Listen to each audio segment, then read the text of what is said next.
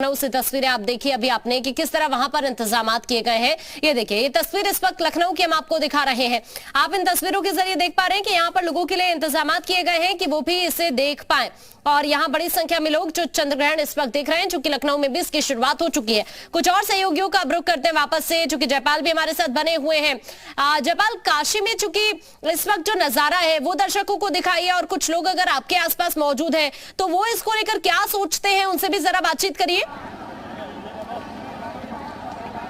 बिल्कुल, देखिए काशी का वो नज़ारा हम आपको दिखा रहे हैं। ये दशाश्वमेध घाट का आरती स्थल है, जहां पर अब भीड़ जुटने लगी है और इंतजार इस बात का किया जा रहा है कि जैसे ही सूर्य ग्रहण खत्म होगा, आरती शुरू होगी, घंटे घड़ियाल बजने शुरू हो जाएंगे। लेकिन तमाम लोग गंगा के इस पवित्र जल में स्नान के लिए भी तैयार हैं। लोग भजन कीर्तन कर रहे हैं, भगवान के नाम का जप कर रहे हैं और बहुत सारे लोग इस तरफ भी मौजूद हैं। इन सबसे भी जानने की कृषि से हर दिन, हर महीने, हर साल, इतना ही नहीं आपके रिटायरमेंट के लिए भी पैसे कमाना है, फिर देरी किस बात की। फ्रीडम ऐप को अब भी डाउनलोड कीजिए। कोशिश करते हैं कि वो क्या सोच रहे हैं इस पूरे चंद्रग्रहण को लेकर। कहाँ से आए हैं आप लोग? हैदराबाद से।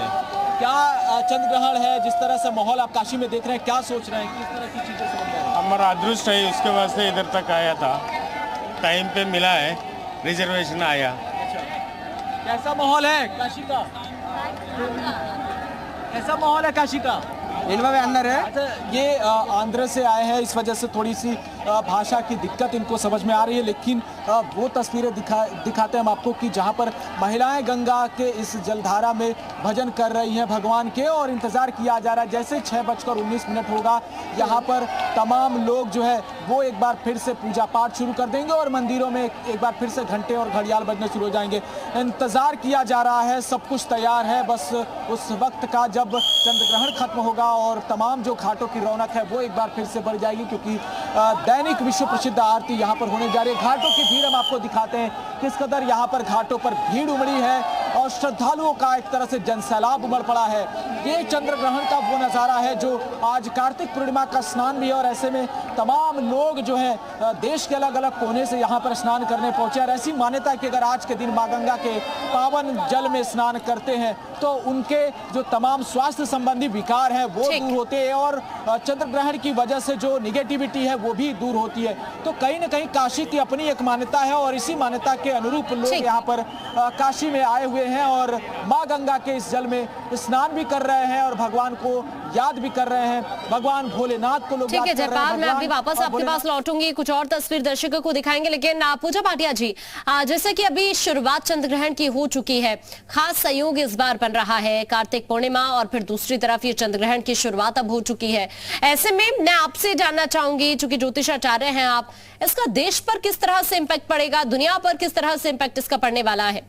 देखिए, चंद्र ग्रहण और सूर्य ग्रहण का इम्पैक्ट देश और इंटरनेशनल पे, बिकॉज ये खगोलीय घटना है और कहीं ना कहीं चंद्र और सूर्य जो है ल्यूमिनरीज माने जाते हैं, तो इनका डेफिनेटली कहीं ना कहीं इम्पैक्ट पड़ता है। इस बार का चंद्र ग्रहण जो है मेष राशि और भरणी नक्षत्र में पड़ रहा है, तो मेष राशि और भरणी नक्षत्र में पड़ने से आंध्र प्रदेश, पंजाब और तेलंगाना के एरियाज में कहीं ना कहीं डिस्टर्बेंस नजर आ रही है।